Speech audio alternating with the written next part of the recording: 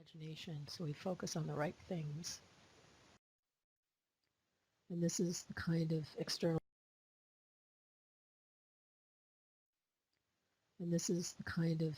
womb that our species evolved to provide children. We call it the evolved nest. And this is the place where our stories about life begin, because our subconscious mind is shaped by our experience in early life. How much to trust the world, how much to trust ourselves, how much to trust our relationships. And all those things are well established in a healthy direction when we provide the nest, which has these kinds of experiences that you can see, which I'll talk a little bit more about in the next slide. So here we call the evolved nest, the other name, the more academic name, evolved developmental niche. And these characteristics are provided or provisioned by a community, not just by mom, not just my mom and dad, but by the community, the village. And Melvin Konner, an anthropologist, noted these practices all over the world in small men hunter-gatherers. And they provide these same experiences. And I talk about it as a cultural commons for developing human nature. Most of these practices are 30 to 40 million years old because they come from the social mammal line that we're part of. So first, soothing perinatal experiences. That means birth is calm. There's no stress or distress imposed on the child. So they're not separated from mom and baby. No painful procedures. Touch, lots of affectionate touch, pretty much held or kept near others pretty constantly. Responsiveness, responsivity. This means a prompt response to the needs of the child, the baby, to keep them calm, to keep them in optimal arousal, so that when they're growing so quickly after birth, they grow well. And you need a good biochemistry in order to grow well. If you're chemically in distress, you're not going to grow. You're going to shut down. You're going to just try to stay alive if you're distressed. Breastfeeding is another one. We're called mammals because of our breastfeeding. Our babies are nursed frequently, 2 to 3 times an hour initially, because our milk is thin and needs to be ingested frequently to wash the body and brain with the right chemicals, biochemical, again, bath. And this lasts for 2 to 5 years. The average age of weaning is 4 years old.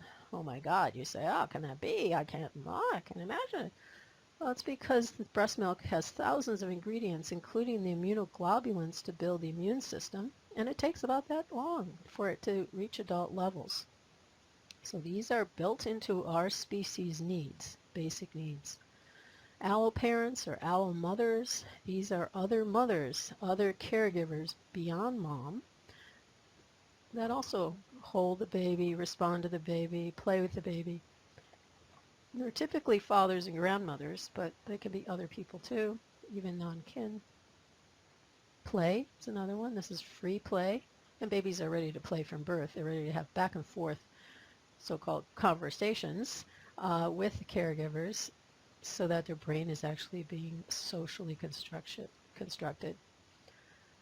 And this play occurs in the natural world, so that means out in nature, so you get a sense of feeling connected and safe in your natural setting, and with multiple age playmates, not the same age playmates, because young children love to learn from the older, and the older love to guide the younger.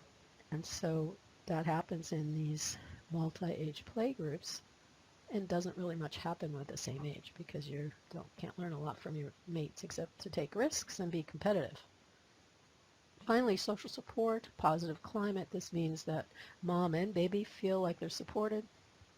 They feel like the community's behind their well-being, and they can relax into that support. All these features, I could talk about all the neurobiology of each one of these, we know now have neurobiological effects on how well the brain builds itself. And when these are missing, we can see a more stressed brain, not as well developed, not as intelligent. So early body, brain, mind development is happening very rapidly, thousands of synapses a second, if not more. Babies are, as I said, are highly mature at birth, 18 months early.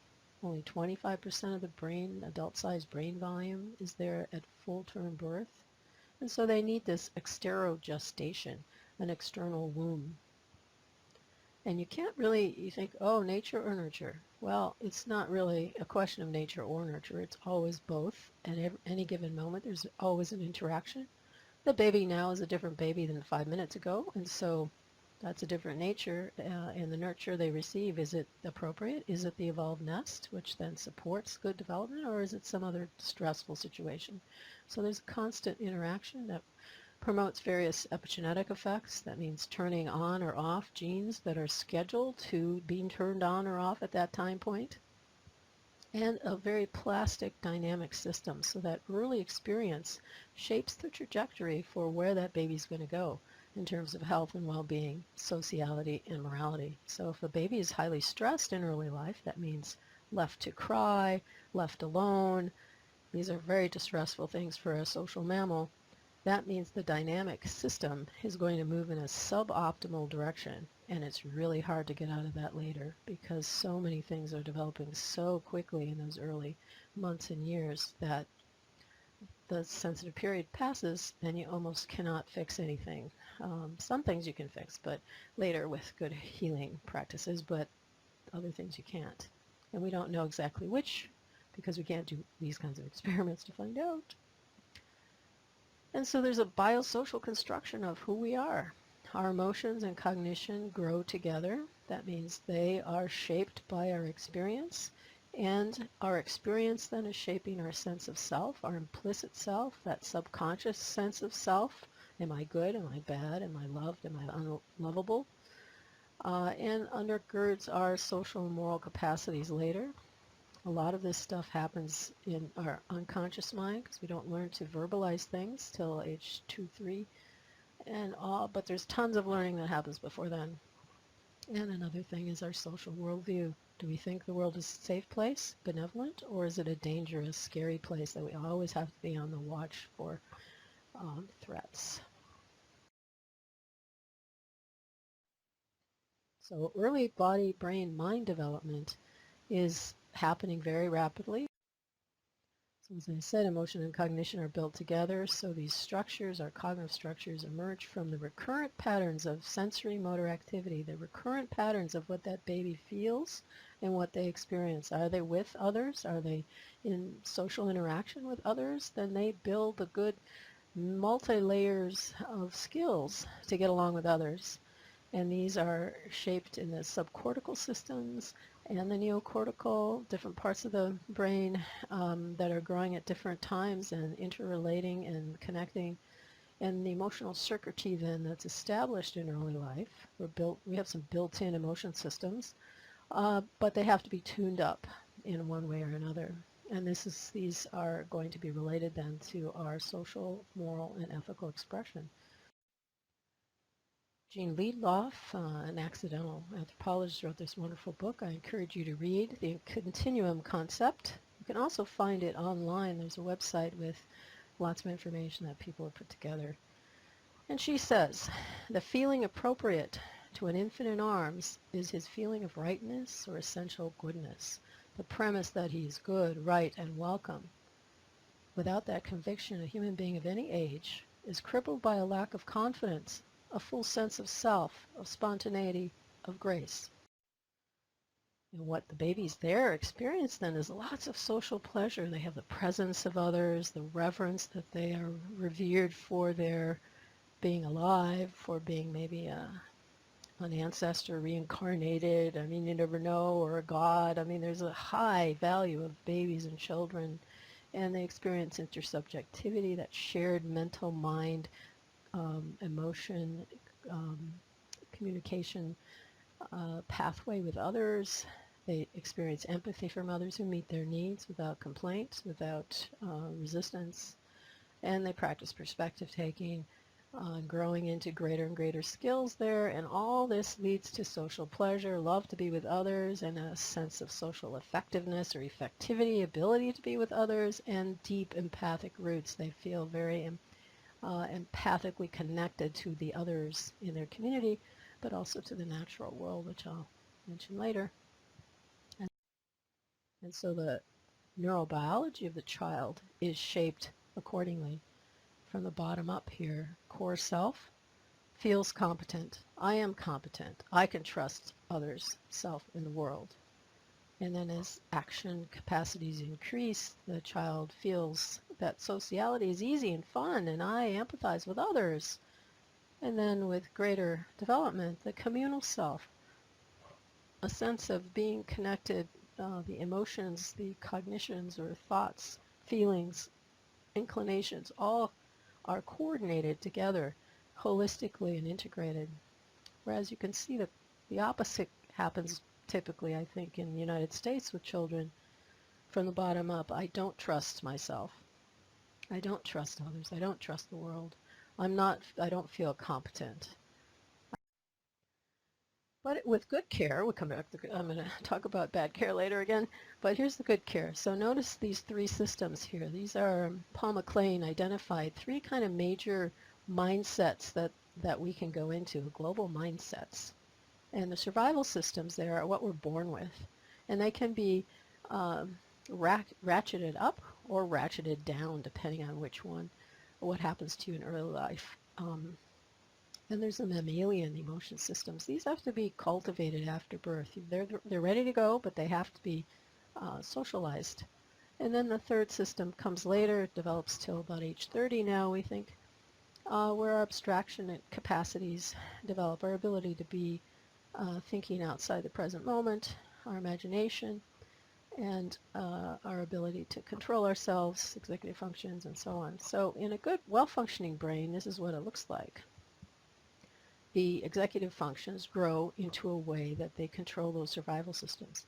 So if suddenly you go into panic for maybe you see a shadow and you think, oh my God, there's someone after me, and you go into a panic, but then you realize that was just a shadow, your executive functions are able to immediately calm yourself down. It doesn't reverberate or anything.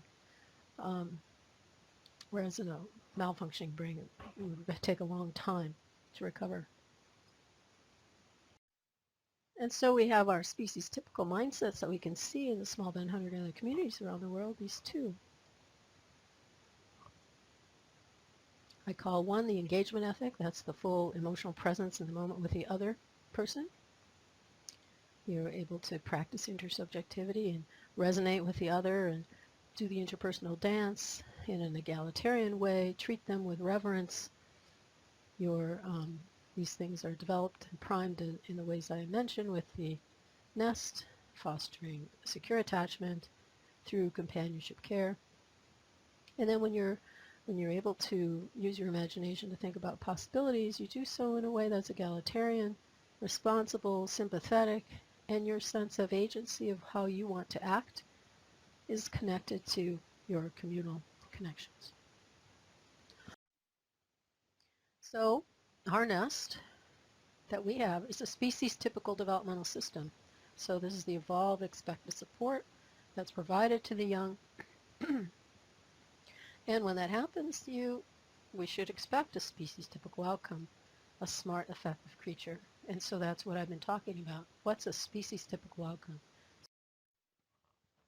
And that kind of early experience looks like this in many ways. Lots of caring, touching, holding, responsiveness, closeness. But what happens when you move to societies that treat their young like this? Lots of isolation, not much touching. Even when there is touching with the father there, they're not looking into the eyes of the baby, which is really critical for brain development. And they're feeding their baby like they're a car, filling the gas tank, right? So what happens when upbringing to this species atypical developmental system? Well, we shouldn't be surprised that you're going to have a species atypical outcome. What's that mean? It means you're going to have individuals that are outside the evolved range of intelligence and effectiveness. And so that's what I say is happening in the United States and being exported around the world with globalization and forced practices of globalization. What happens to a baby physiologically then when those needs are not met, when the evolved nest is degraded? Well, I like this picture because it shows a normal brain on the left. That fat part of the image is a neuron, and then all those little lines are connections they have to other neurons. And what develops in early life, especially, are those connections to other neurons. So we're born with lots of neurons, but all those synapses have to happen after birth. So early experience sets up the structure and function of our physiology, our stress response, our immune system. All sorts of systems are dependent on good care to develop well. In the picture there on the right, you can see on the left side a normal slice of a 3-year-old's brain, a normal 3-year-old, and on the right side, 3-year-old that's been extremely neglected, meaning they didn't get touched very much, they didn't get breastfed, they didn't get responded to appropriately, and felt, just isolated and alone. They don't grow well in that kind of distressing situation. So what happens to our brain function then with our early neglect or undercare? I call it undercare when you don't have the nest.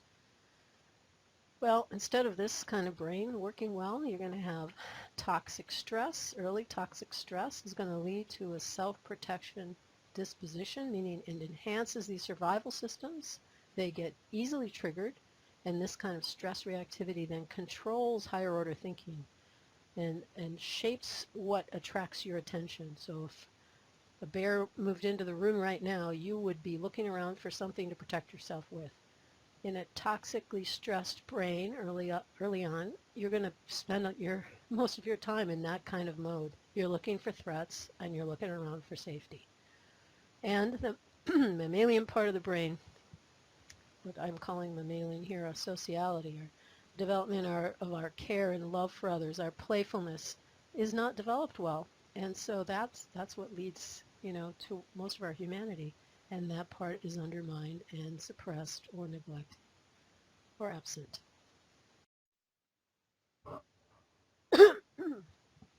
So instead of having those species typical, and your imagination is all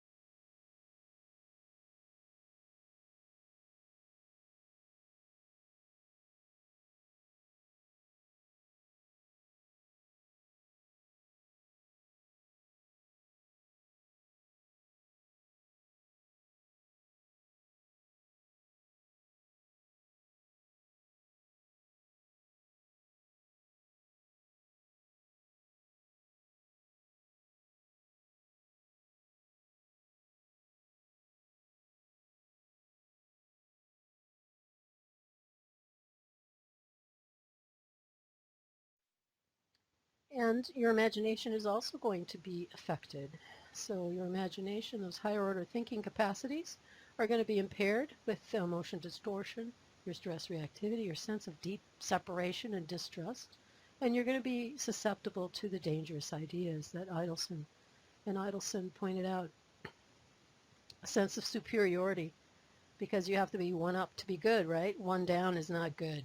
So you have to feel superior. You're going to feel distrusting. You're going to feel vulnerable. And you feel like an injustice. You feel a deep sense of injustice because, of course, you didn't get your needs met. And you feel helpless because you don't have all the skills you need to live well. And then you'll have two basic types of self-protective imagination on the next page. Vicious imagination, this is where you want to control others. You have a deep sense of distrust and want to dominate others in one way or another, showing how smart you are, for example. And you're going to be unegalitarian because you don't know anything else. And the other option is the more detached, emotionally disconnected way of being, fostering your intellect, which unfortunately is what we emphasize in school most of the time. So it promotes a lack of attuned relationship to the other. It's emotionally cool or cold. You don't want to feel anything. Yeah, don't feel your feelings, students. Don't look out the window and like the bird out there or the tree. Don't think about that. Focus here inside in the classroom on categorizing things, right? And you end up stereotyping because you don't know any better. You haven't had enough life experience with real life experience to know that every situation's unique. It's not stereotypical.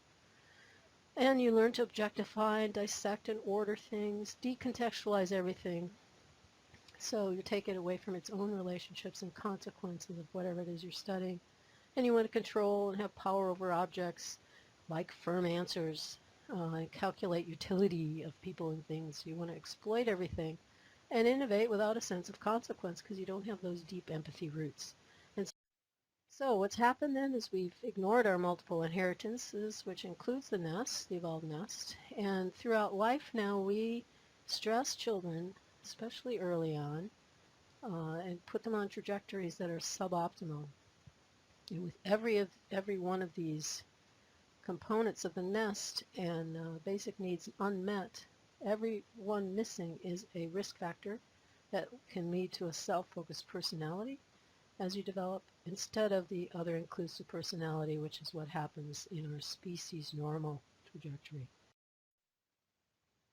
So what happens now is, well, there's two ways here. This is neuroception. So in each situation, you come to that situation and you decide whether you feel safe or not safe. So on the left side is the safe feeling. You see at the bottom. And when you feel safe, you'll approach whatever it is that is. You'll relax. You'll attune to whatever that situation is. You'll read social communications easily. You'll make meaning socially. And on the right side, you see they're unsafe. If you come to a situation you feel unsafe, you're going to feel mobilized for fight or flight, or immobilized if that's not going to work, or freeze or faint, and you hide yourself. So you go into a safety mode. Now these things can happen bottom up as you move from situation to situation, but they can also happen top down. That's the top of the diagram. So if you have a story that tells you that green people are dangerous, then that top-down belief is going to push you over into the safety side when you see a green person. And so you alleviate your stress by using your script or your stereotype to reassure yourself how superior you are and how right you are. And that actually alleviates some of your distress. So the safety mode is all about self-regulation and feeling self-protected. What do we do now? We've got a lot of kids that are coming in with the defensive modes. They are not well. They have not been well cared for, and in part because their parents are told they're not supposed to pay attention to babies' needs very much, let them cry, etc., or because their parents have been so distressed at the time of the child's raising, or their parents were also neglected, and so they don't have any sense of how to raise a baby well or what the evolved nest requires. It requires yielding to the needs of the baby. So now what do? We've got classrooms filled with students who have been undercared for. So we want to then deal with each of these minds. So if the proto-reptilian or the survival system minds are in charge of that child, they need to learn self-calming. And we need to, probably all of us need to practice self-calming. That means deep breathing. That means visualization of calming scenarios, being out in the natural world in calm ways, and many other things. And we also then have to grow that sociality, our sense of playful, caring relationships. We have to have social experiences in groups for that. So I use folk song games, like The Farmer in the Dell, but games that are better than that, with my undergraduates. And then we play with kindergartners, and they cannot believe how much fun that is. And of course, kindergartners are all into it. And so there's ways to rebuild the brain there with these kinds of experiences. And then for our imaginations, we need to build communal imagination, to always be talking to our students about how we're connected to the community, we're connected, and the community cares about us, and to always emphasize relational connection.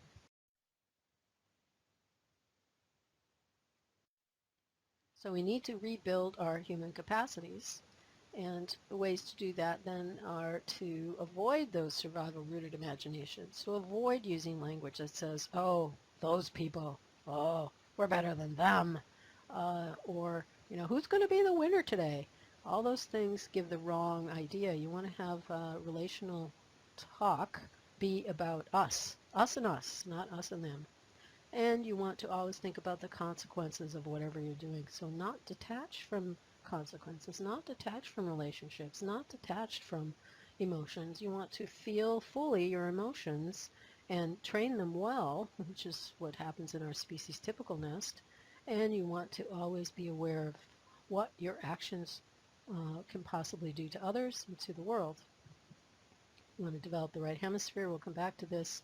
The ability to be present in the present moment emotionally without feeling afraid or thinking about other things, and to be, of course, aware of those interconnections and using play to do this, which we'll come back to in a moment too, and promote ecological communal imagination, the ongoing positive social support we all need, a sense of embeddedness in nature, and ecological attachment.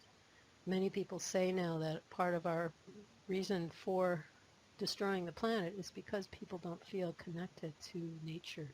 They feel like it's a dominant submission relationship and they can destroy and use it as they will, rather than treating as a relational egalitarian way, as sustainable societies have always done.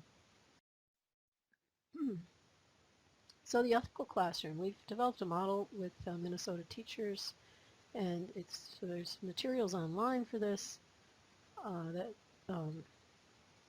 your professor can tell you about.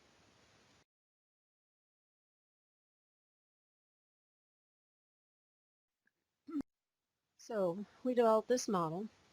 It's called RAVES, and this is how children grow into morally agile adults.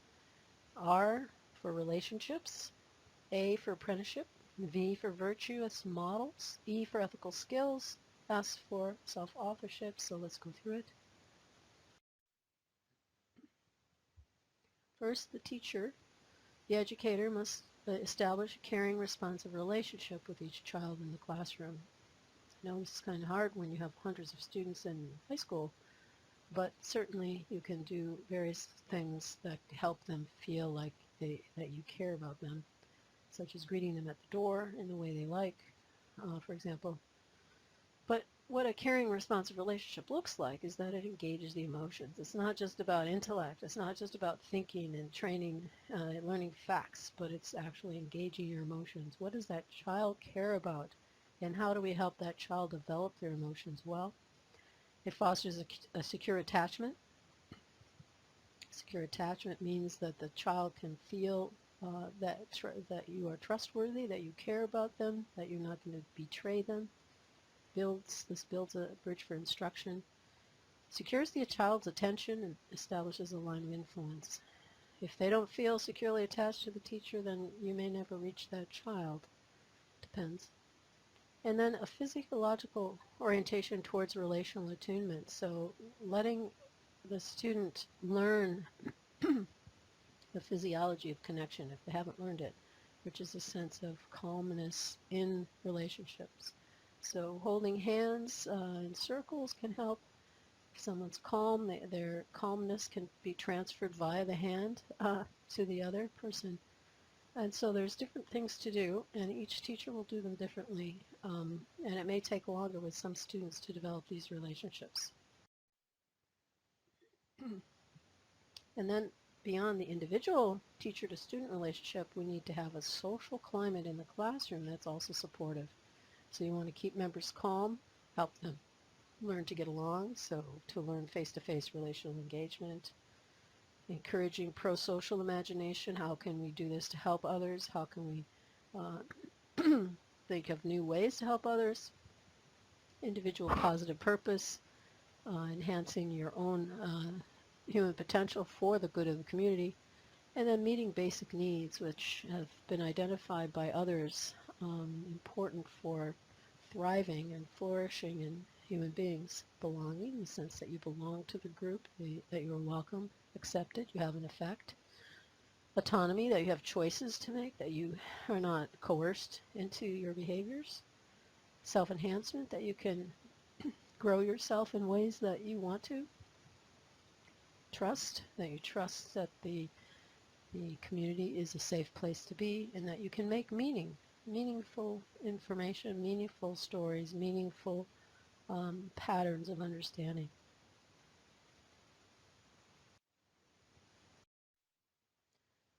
Next is apprenticeship. How do people learn naturally? This is the way. And what does it mean? It means modeling by someone who's more expert. This person, like you, the teacher, thinks aloud while solving problems, coaches the student on solving problems, explains at the same time as authentic experience while they're doing things to explain the reasoning, the meaning. And then the student practices extensively, focused, practice guided by the coach. This is how apprenticeship works. This is how students best learn, so it's a combination of immersed, embodied practice with intellectual guidance by the teacher or the mentor. V for virtuous village. Virtuous village refers to adults who demonstrate generosity, respect, kindness, compassion, forgiveness, humility, and courage. These were commonplace in the elders of the past. And what students need for this are multiple examples. They need to be immersed in what that looks like. What does generosity look like? How does it manifest itself in this situation? And they need time to practice, opportunities to practice, to imitate. And it has to be extensive again.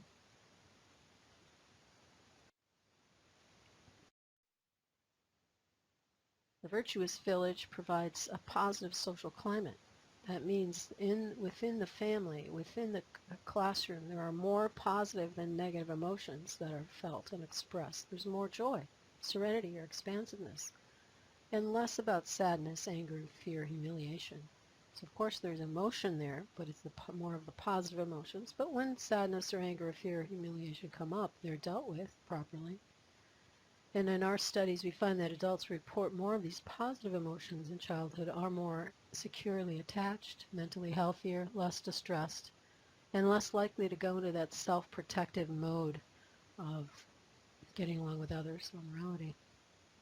In a positive social climate, the individual feels loved, cherished, appreciated, and is able to create positive reactions to others and has deep friendship with at least one other person. So that's the kind of schools we want to foster, if not classrooms. Our human heritage is to spend a lot of time in social play, and this is a healing experience. So as much as possible to have as much social play within the classroom or school setting is great. So this means an ongoing social engagement of singing together, dancing together, laughing and teasing, telling jokes and stories, and relaxing in various ways. Now, physiologically, of course, this is going to boost oxytocin, prolactin, serotonin, and all the relaxing hormones that keep us tuned in and really in a moral mood, a social moral mood. And finally, the virtuous elders and the virtuous village provide stories as well as safety and support. The adults tell us their stories about their own development. They tell us that they understand that their own characters are always under construction. And they tell us about their failures and their successes. And they show us by the activities they pursue and by how they use their imaginations about how their character is constructed.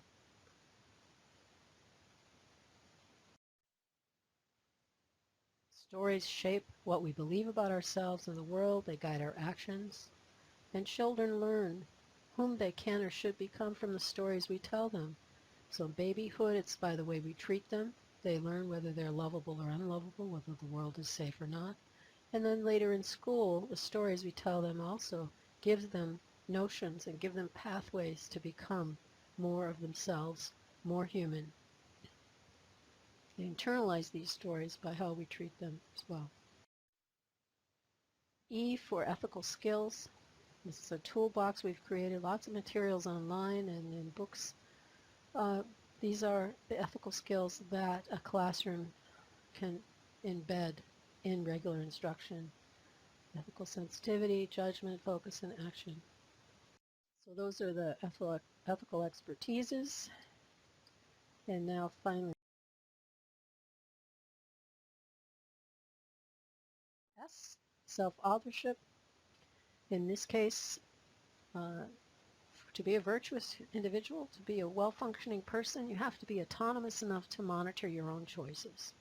And young people can't do this. They need mentors. They need mentors for a long, long time. Aristotle, a well-known philosopher, said it's about age 30 when you can start mentoring yourself. But before then, we all need help. And then once developed, they must be maintained. These virtues must be maintained by what friends we select, what activities we select, what environments we put ourselves into. So that's what we learn after age 30, hopefully with a lot of help before then. But before then, the adults, the mentors, have to help students, have to help young people select friends, activities, and environments because their brain isn't fully developed. They don't have enough life experience either.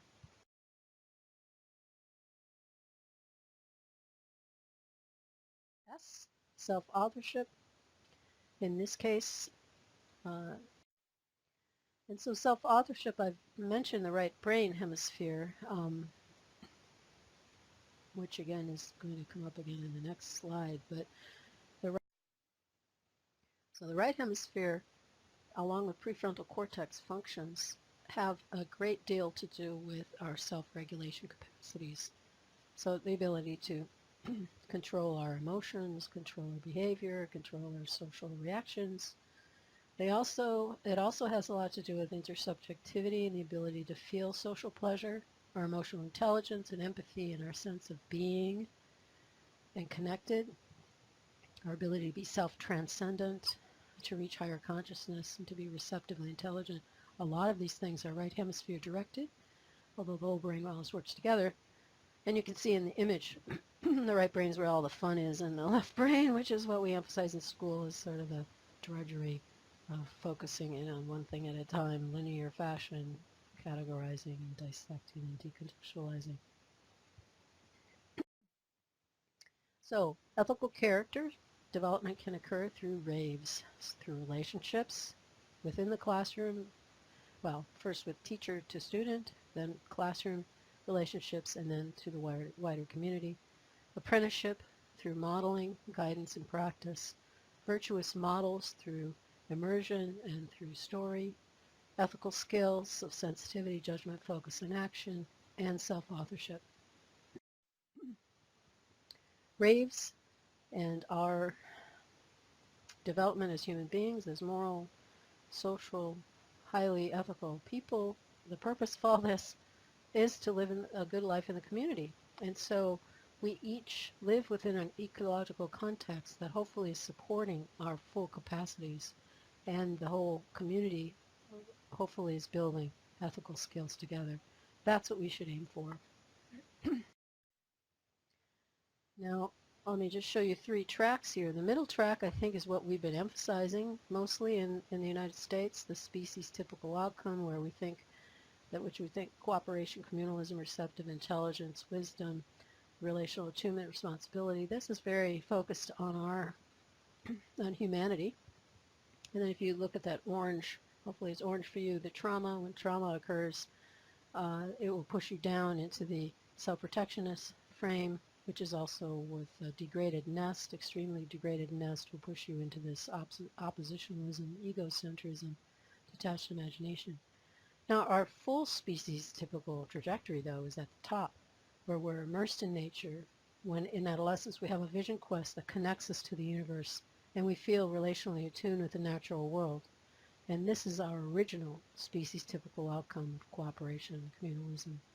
That is all inclusive of nature and our bonding to nature. So this is really what we should be aiming for. Beyond just a human anthropocentric kind of based morality, we need to have a nature or ecocentric morality.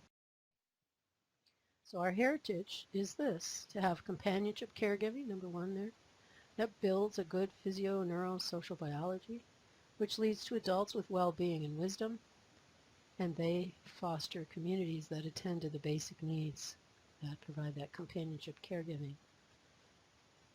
But we also have to remember that in our sustainable communities around the world, they also do this within a relational connection to the earth, to their local landscape. So just to get you thinking about that a little more, think of a favorite place in the natural world, a place where you feel serene and connected to the larger, perhaps, universe, or at least that place, the earth, on the earth.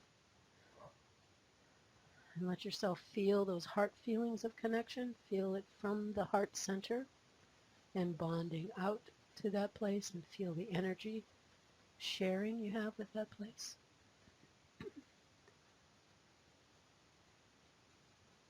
And then now take that energy, that feeling of peace, that feeling of joy connection. Expand it to your whole body. Expand it to a circle, a bubble around you.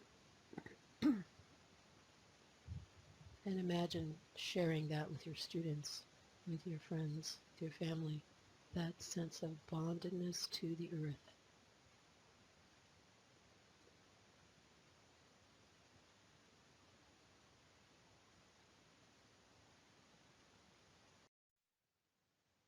So we want to build this kind of ecological attachment, earth-based wisdom. Aldo Leopold, who started out as a not in this orientation, but came to it from his experiences in the natural world, he said, "A thing is right when it tends to preserve the integrity, stability, and beauty of the biotic community. It is wrong when it tends otherwise." So this is ecological wisdom. This is ethical, ecological wisdom, which I think we need to return to if we're going to save our species and turn things around. And our stories matter. David Korten noted that we are dominated by the story of sacred money and markets right now, and we need to return it to, as most societies have, in the past at least, to the sacred life and living earth story, to understand that we are connected, we are part of the earth, we are responsible to be respectful of earth systems, of earth, of the more than human, that keep us alive. We depend on the earth. The earth does not depend on us. So our heritage we can return to, a cycle of cooperative companionship. And it starts at every level, including the classroom. The adult would be happy. Okay, good morning, everyone. So far, it has been an amazing summer institute, but the epicenter of this week is today. We have very, very special guests, and I will come to it just in a second. We were talking about Janusz Korczak in many different ways, as a person with his biography, as each of us has, and what he did and how he developed into what he became. We spoke about him as an educator, a psychologist, a researcher, and today we're mostly talking about him as a person who was by training a medical doctor, but who was also by passion an advocate for children. And today we are mostly concentrating on his medical part and his legal practice, which he would never call legal practice, but what he was doing, he was definitely doing child advocacy in its legal way, protecting children's rights. And we have here today incredible guests, and I want to say, without looking at them, as if they're not here, there are people in life, so I mean in my long life, I didn't say that, I met different people, and some people you meet, you greet, and you forget, or you remember the face, and next time you meet, and it's okay, it's nice. But there are people who make a difference in your life, who you can meet briefly and then you would remember them always, regardless of meeting them again or not, right? And I'm sure you met such people in your lives as well, not as long, but probably among your students or your colleagues or your professors. So meeting with Gilles Julien and Hélène Trudel, this humble couple sitting there, that was life-changing for me, you know. And I was introduced to them by this humble person,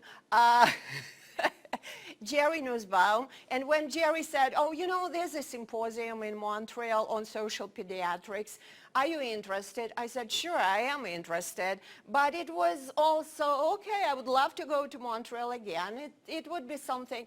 And then I came to Montreal and I learned what I learned about social pediatrics. And then what was most amazing, I heard two of them presenting. And then I heard Judith Linham, who is not here, but this project reaches, and Chris is here to present to you. And I saw all those people who were so committed, like 400 we had at the time, yeah? And I thought, gosh, I lived this long life. I never heard of social pediatrics. And then I started talking about social pediatrics in the United States with the people who consider themselves quite refined psychologists and educators and doctors, and no one heard of social pediatrics. And I thought, wow, something is not clicking. Something is not right.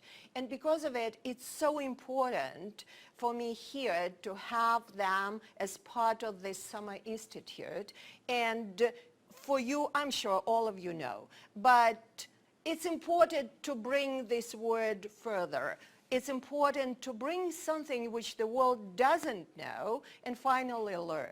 So I put together a very short PowerPoint, just a few slides, concentrating on Korczak as a medical doctor, because this is what's important in this situation. We spoke with you about different hats he was wearing, and the first hat, which was he was trained to be, that was the hat of a medical doctor.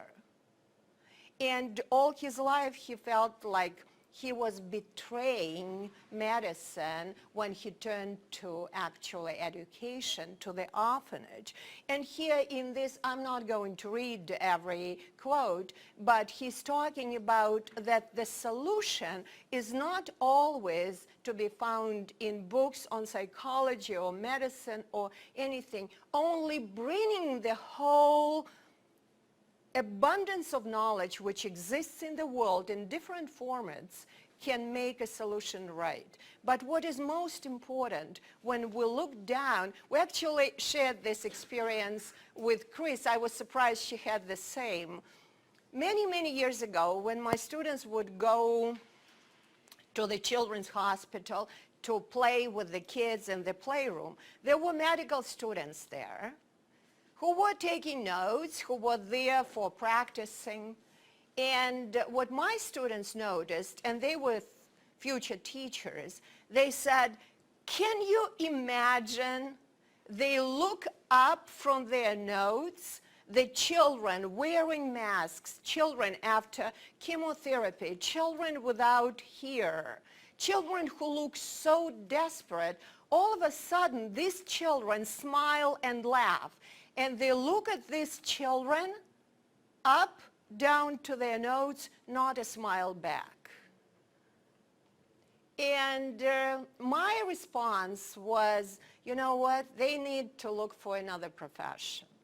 Because if a pediatrician does not smile back when the child smiles, especially a sick child, gravely sick, then something is wrong professionally. This person doesn't belong to the field then.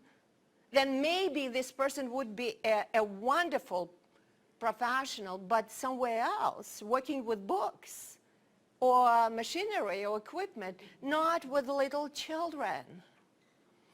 Korczak wrote not only fiction, not only books for educators, he also wrote medical papers. And I brought you just two titles here at the bottom. But he was kind of, some children considered it a little crazy why we had to step on the scales. I do it every day. It terrifies me each time I'm getting on and anticipating what kind of weight I will see. But, and stepping down is kind of a relief. For him, it was extremely important because if a child loses weight, that means something is wrong with the child's health. So this whole idea of checking physical health of a child was very, very important. And as we spoke before with you, it's really such a blessing to have someone as the head of the orphanage who combines two most important professions, a medical doctor and an educator. Then there's real care about a child. Because any passionate educator without knowledge of medical science could do something wrong without understanding the consequences of what is happening, just not knowing. Because he knew, that made it, the effect was really, really serious. I put here this long, long note, but the most important, that's again from Korczak, the most important is, we were talking about it already, the symptoms which the medical doctor gets as the symptoms of some disease, there are other symptoms which are for an educator, the symptoms of bad behavior, something was wrong, something didn't go well. And again, in Korczak, the synergy of these two works wonders because he could notice both a cough, nausea, pale face, vomiting, something else, and at the same time he would notice the child is sad or the child is too excited, something goes wrong. Again, you can train yourselves to notice this if you make an effort, but the effort should be there, right? I want to show you a couple of photos now. I didn't check with them whether I can or not, but because we have them published on the journal, I put it on Canvas. I hope all of you saw it. The whole special issue of my journal, Russian American Education Forum, is about social pediatrics, and mostly the papers from Gilles, Hélène, and their colleagues. So these are the photos which they sent to me to post in the journal. That was 2 years ago. I didn't ask the permission. I hope it's okay. Okay. So what I want you to do is look at, well, Hélène never sent her own picture. Well, no, that's usual. Yeah, it's a usual thing. Well, so look how Gilles looks at the child. Look at the face. I'm just wondering, is it really possible that every educator would start looking at children like this from below up and with the smile like this, really accepting, embracing the child, regardless of what kind of child is that? I was lucky to be invited to their center in Montreal. It's in a very humble neighborhood. But what they're doing there is so important, especially important as it is in the neighborhood where it is, where people really need this kind of services. And here Korczak again is talking about the duration of the child's life. We're saying tomorrow you will be something, and again, we spoke about it already. Children want to be adults. Have you ever thought why? A little girl wants to get on the heels of her mother and put lipstick and say, I am my mother, I am an adult, I'm taller. Why is that? Why they want to feel and look like adults? And the more we grow in age, the more we feel like it would be better to be a little younger. But oh well. So why do you think the kids want to be older, especially girls? No, actually, I'm taking back. Boys as well. Yeah, boys as well. Why is that, Alice? Because children think that adults have power. They can do whatever they want to do. Okay, okay. Anyone else? Jacqueline? Totally agree. It's just wanting to have the right to do what they feel is in their heart. Okay. Anyone else? Clay? Being in charge of their own life. So, which means if we gave them that power, they wouldn't need to step into the high heels and put lipstick and pretend they're adults. But they feel they lack this power because we impose, because we think we know better. And apparently we don't. Apparently we make mistakes. And Korczak is talking about the humongous number of mistakes adults make. I want to finish this with the motto of whole Korczak's life.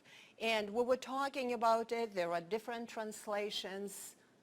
I'm here not to be loved and admired, but to love and take care of others. Again, I can only wish. I know it's absolutely not possible, but everyone in a helping profession field, if people start being really humble, just a little, and feel like we're not here in this world to be cherished, put on a throne or pedestal, being respected, admired for what we are. How about to step down, look up, and believe there are others who are better, who are stronger, who are smarter, and we're here to help them to thrive. When we're educators, we're helping our students to thrive and become. When we're doctors, we're helping our patients to become healthy or help them live whatever is given to them. We are in this helping field. In Russian, there's a difference in two verbs, which there's no difference in English. That is the verb to serve. So there's a verb which says to serve, meaning in its noble way, and there's a verb to serve, meaning kind of humiliating oneself. In English, we say serve. So using this first meaning of the verb serve, if we start serving people without humiliating ourselves, but feeling proud that we are serving, I think the world would become a better place. With this note, I want to give the floor to these two people who definitely serve, underserved population, that is children who really need more than what they get. So Gilles Julien, who is a pediatrician and a person who was awarded many different awards, I'm not going into this, but who was given a very special award, that is a Korczak Association of Canada award, and he has all the rights to be called a Korczak of Canada, which is really, I think, a very special title. Hélène Trudel is a no less incredible person who is a lawyer, and who does this legal part of the foundation of Dr. Julian and more. And she is a founder, help me, how is it called? Integrated law.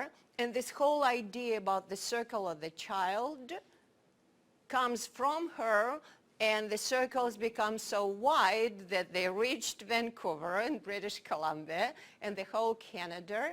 So two of you and Miriam, who works in the same center and was helping with putting together the presentations and works in the same field.